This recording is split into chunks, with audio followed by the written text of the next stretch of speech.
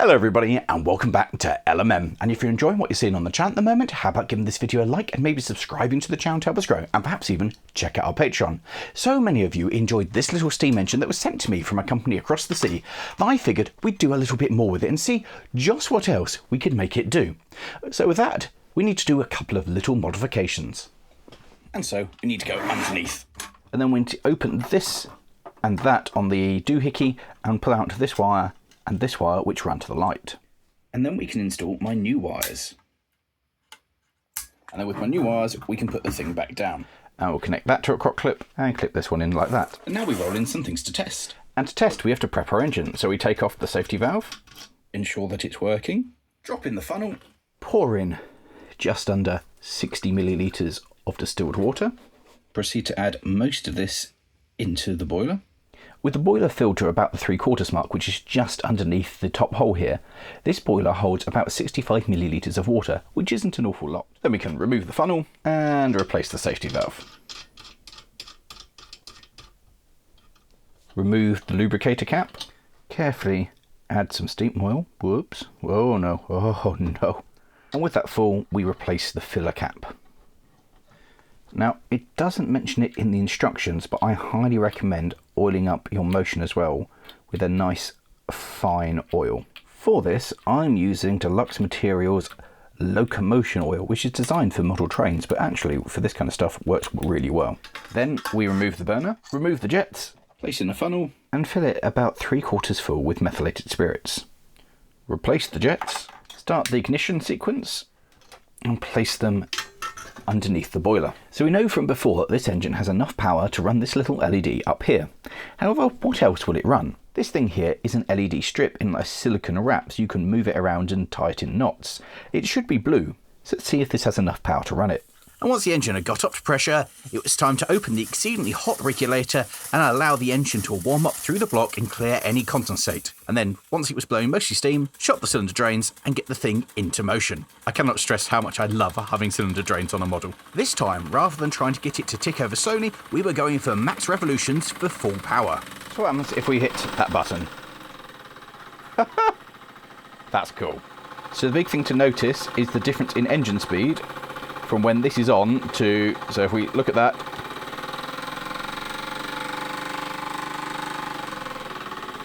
can really hear the load. However, it's quite happily running that, and the steam looks really cool in the blue light. There we go, we're back in the early 2000s and we've now got neons underneath our steam engine. How slowly can we run? Still have an LED just there. We turn that up. Now, I don't know if there's a regulator in this, so I reckon I could blow up the LED. So my first experiment was a success. We can run a different LED. Let's try a bigger LED strip. So again, we'll ask the engine start running. And turn it on. Oh, hello! This is chucking out quite a bit of power. That's a whole LED strip that's running. That's all of this, all of these. So that's a lot more light than the single LED we had before.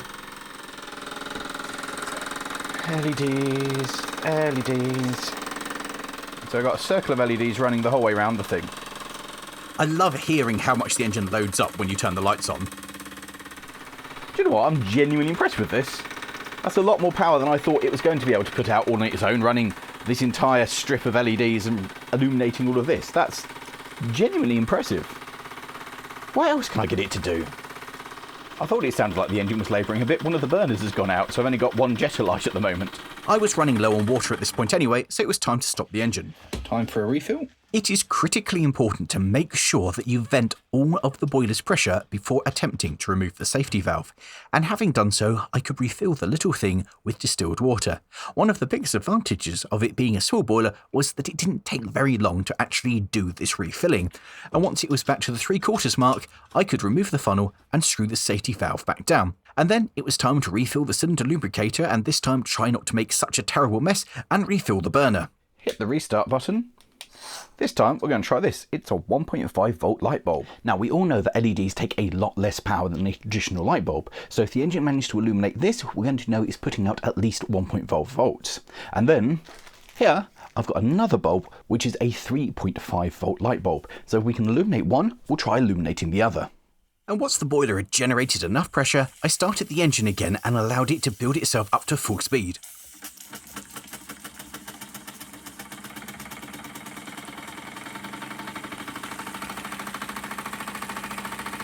Sadly though, this time, after pressing the button, the bulb didn't illuminate.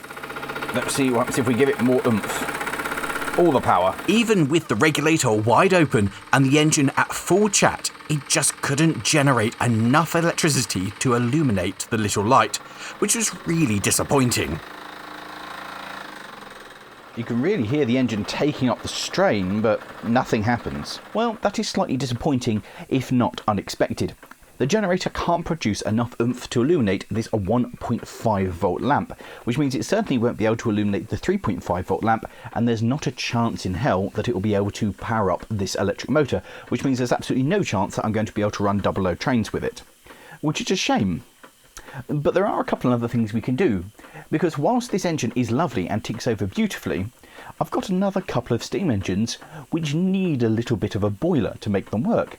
So we can repurpose this using the steam pipe that I don't really like, but it means as it's silicone, we can just pop it off and see if we can fire up a couple of other engines. Before we do that though, I want to just point out how laughably big this whistle is. So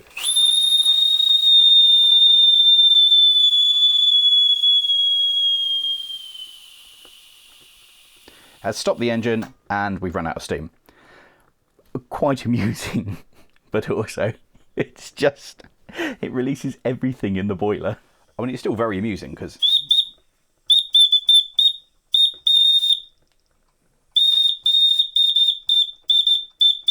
it generates steam quicker again, but it's just so big. Also, if you start with the motion in the right place and open up the regulator, the engine is self-starting.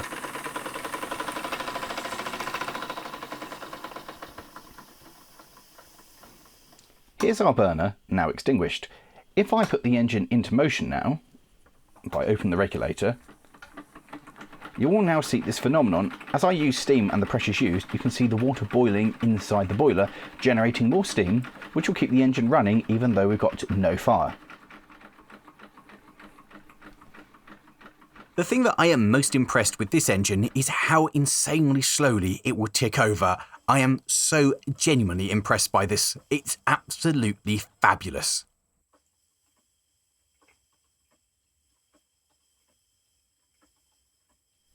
So, engines to test include this one, which was built by my friend Neil and to my knowledge has never run on steam.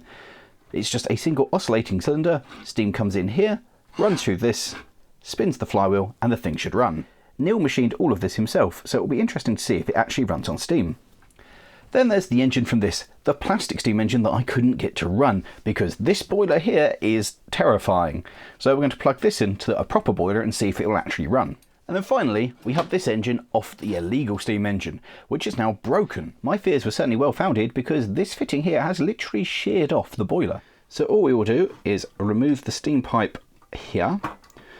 Now, this was one thing I didn't like about it with the silicone pipes, but actually it's useful for this. And then we can install the slightly longer pipe. And then I can try to install the steam outlet into the steam inlet of the cylinder. And so with that connected up, let us prepare the boiler and see what happens. So it was time to refill and then relight the fire underneath the boiler. Prep for this, we're going to just put a tiny bit of steam oil just on the seam there. That was too much steam oil. That's much too much steam oil. Oh no. Then a little bit of lube oil just there on the crank, inside there and inside there. Give that a turn over. So one thing I have noticed is that this is inherently unstable, so this will be fun when it runs. So let's see what happens when we open up the regulator.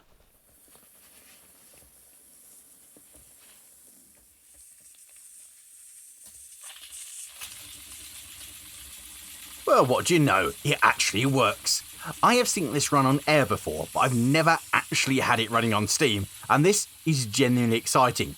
It's first run on steam in my ownership, with a brand new boiler powering it. That is absolutely superb. Look at it go! That's brilliant. Well, this is great. I can power this engine that's never run before with this boiler. You may notice, in addition to the fact that the base isn't level, that flywheel is very much off-centre, which means the whole thing wobbles around as the engine runs. And there was also another small issue. I found that to run it on full pressure, I need to hold the connection because it pops off, like this. If we let go of that, it does that. And with the pipe reinstalled back into its rightful place, I could start the engine again. This was getting a bit more tricky because the warmer the pipe got, the less grippy it was, so I had to maintain a hand holding those together and then open up the regulator with my spare hand to keep the engine running. However, I was very pleased to have the little thing actually doing something rather than just sat on my shelf gathering dust. And wow, that flywheel is so amazingly off balance. It's quite comical, really. So whilst this wasn't a failure as such, because the boiler does produce enough steam to get this thing to run, it doesn't produce enough steam to be able to continuously run it. That boiler is too small and doesn't generate enough steam. However, oh, can you see that? I don't know if you see that on video. There's still steam coming out of that. However, it was lovely to see this little engine run because I've never actually seen it run on steam before. But it shows how fine the calculations have to be between that down there and how big the piston cylinder are versus this one, which is only going to be a tiny bit bigger. But wait it. On the other hand, this is a single oscillating cylinder. So that means that this thing, it comes round, it goes, steam comes in, pushes it, and then it exhausts all the way through, relying on the momentum to bring it back round, which means unlike that engine where you're getting 2 strokes and it's being more efficient, you're going chuff, waste steam, chuff, waste steam. Now, admittedly, as this moves back and forth, the face should seal the steam, but it's a bigger thing. However, it did work, so let's move on to the next one. And that is this plastic engine, which we couldn't get to run before. Now, this thing was utterly useless. So what we're going to do is remove the steam pipe from this union here and add this one from our boiler. Refill our boiler again, turn the burner back on and reinstall it. Now, there's nothing to do with this one apart from weight, because as it's plastic, it won't enjoy having oil in there. In fact, they'll just make matters worse. So all I had to do was wait for the boiler to generate some steam. I'm genuinely excited now to see if we can make this plastic steam engine run, because it's a plastic steam engine and that just goes against everything. But if it does run, that's going to be amazing, and also show how absolutely awful that kit was. The fact that the boiler wasn't bigger and powerful enough to actually run the kit if the engine itself, whilst is never going to be good, is actually able to run, because that kit, I refuse to even say who sent it to me because it's that bad.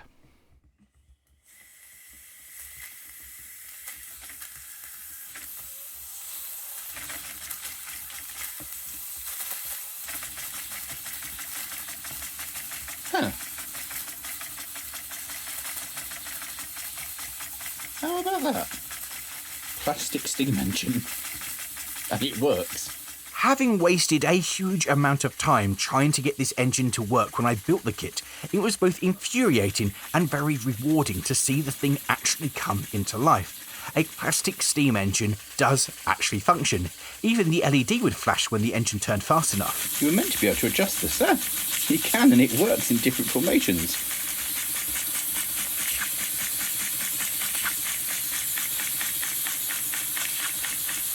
I can't believe a plastic steam engine works. Okay, it runs, but it's very wasteful, so let's just try tightening up the faces a little bit. Because as you'll remember from the video where I built and tested this, we had to have the cylinders so loose on the face to allow the low steam pressure to overcome the friction that it leaks steam everywhere. And having tightened everything up, it was time to see if it had made any difference or if it would run at all.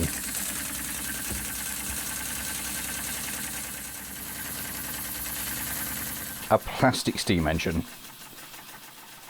That's just ridiculous. I appreciate that this is a significantly cheaper kit than the boiler that's powering it, but the difference in quality between this generator and light is night and day. I don't know what the guys were thinking. This tin pot here was never going to supply enough steam to run this. This is a terrible kit. This is awful. I'm amazed that the engine actually does run, though, if you actually put a decent boiler on it. That said, it's not the smoothest thing in the world, but it does work.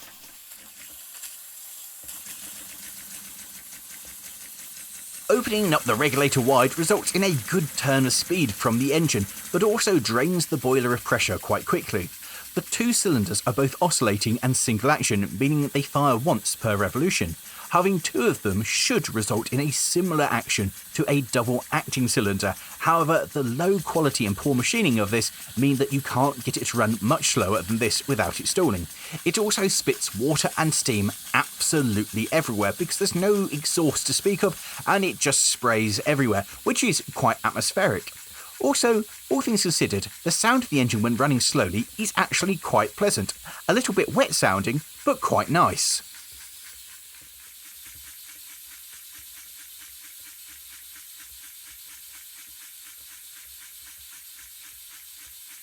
Now, I am super excited to actually have got this plastic steam engine to run, because a plastic steam engine, that is something I never thought I'd actually see work under steam. However, it shows how absolutely crap this kit is, because this boiler, this significantly bigger boiler with a proper safety valve and actually getting up to some pressure before it blows off, that will only run this for a certain amount of time before that takes too much steam that this one can generate. Now, that boiler and the burner is significantly bigger and better than that ever has. This kit is so abysmally bad. It was not calculated how much steam that boiler could produce for the engine. That engine demands way more steam than that boiler can ever make. It's just awful. Again, don't buy that plastic kit. And if you have made the mistake of going online and thinking, oh, it's cheap, well, I suggest going and buying one of these, because at least you can then use the boiler to power it and see this absolute waste of space run. However, I did quite enjoy it, and it does make a nice chuff when it's going. And it's nice to actually be able to go, oh, it does work and it's not a complete waste of space. What I might do is just bin off that boiler, because that's pointless. So finally, we have something I swore I'd never run again. This engine from the illegal steam engine. And again, just to reiterate, this here has sheared off the boiler. That is broken off the boiler. That was attached to the boiler. I moved it, having shot the video, and this literally sheared. Do not buy this. My first stage was to remove the old bit of boiler and then connect up the pipes. There we go. Steam tight join. And then for the final time, I had to refill the boiler with water and relight the burner. So running this engine is something I said I would never do again. A, because when I reviewed it, it was so sketchy that I did not want to run it. And B, when I moved it after filming, I broke that pipe. So this will be literally the second time it's ever run. And is it quite as sketchy and bad as I remember? Well, I'm going to go with probably, yeah. Now, I suspect, again, based on the size of the cylinder, that this is going to take more than this boiler can produce. But let's find out.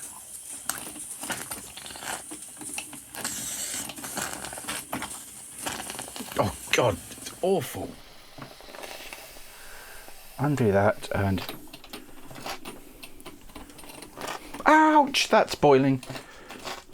And having been reminded about why I hate this thing quite so much, I managed to coax the engine into life, which was running on about 75% steam and 25% water. This is why I talk about this being rubbish, the amount of water that just comes out of the chimney. There's so much condensation going on. This isn't so much a steam engine as a water feature, launching scalding water out of the chimney, posing a risk for anybody who's in the vicinity. And the amount of water that bypasses through the system is frankly absurd. This is the wettest engine out of any that I've tested. That said, It actually runs far better like this than it did ever with its original boiler. and when it's ticking over like this, excluding the eruption of hot water out the chimney, it actually makes a really pleasant noise. It's a genuine shame that the valve gear is so janky and spits hot water and steam everywhere, because the rest of it is quite nice. I like the aluminium frame and the motion turns over beautifully smoothly. I'm genuinely surprised that this is actually able to keep up with the demand to run this. Especially as it's chucking half the contents of the boiler straight out to atmosphere without doing any work. See how much wet it chucks out. There's too many sharp edges in this block, and there's just always condensation going on it. The single redeeming feature that this engine has is a pressure gauge on the valve chest, so you know how much steam pressure is actually going to the engine. And from this, we can see that this engine will tick over quite happily at just 5 psi, which is very nice, and the boiler can supply that as a constant rate. It is, however, like it's raining inside. The amount of water coming out of various places is frankly alarming. It is a real shame because it is a very pretty engine when it is in action, and I love the motion of it. It's just absolutely terrible and so poorly built and thought out. And let's not forget, totally illegal, as they use the engine to be part of the pressure release mechanism. For all of you who commented on this and said, oh, this just doesn't get a chance to get warm, that is scalding hot at the moment, and it's still just condensating so much because right angle, right angle, right angle. And having run the engine that I swore I would never run again, that brings us towards the end of this video. It's been good to revisit this and see just how awful it is. It is a terrible piece of design. It continues to spit hot steam and water out of it the entire time it runs. The amount of water it's chucked out is ridiculous. None of the other engines I've run have been this bad. It's just an abysmal, dangerous bit of design, and just don't get it. It's awful. And the worst thing about it is the motion, on the other hand. The crank is actually really nice, and the engine, when it's running, ticks over really nicely. It's just infuriatingly bad. It was also nice to see the plastic engine work, and to prove that a plastic steam engine with plastic pistons and cylinders will actually work. What's worse though is the fact that that was never going to work with the boiler that was supplied with it. It is an awful bit of design. How somebody ever thought a boiler like that would produce enough steam to run an engine like that, I will never know. It is absolutely crap. It's absolutely awful. It is a complete waste of money. It doesn't even do what it's meant to do. This one may be dangerous and awful, but at least it ran, whereas that plastic one is terrible. So if you have made the mistake and got either of these two abominations, if you bought the Retrol, at least you can use the boiler to see those engines work and actually see what they're meant to do. Now, this is by no means any endorsement on those two engines, because they are awful. Do not buy them. They're frankly dangerous, they're a waste of money, and there are far better things available on the website. Just be careful when you're shopping on a site like Sterling Kit, because whilst they have some fantastic things like this Retrol, they also have awful things like this one and the plastic engine. So do take care. Check the reviews that we've done just for your own opinion. And with that, thank you all very much for watching. I hope you've enjoyed seeing this thing go through its paces, generate things, and test some other engines and run other engines, just like a boiler's meant to do. A stationary boiler is meant to power multiple engines.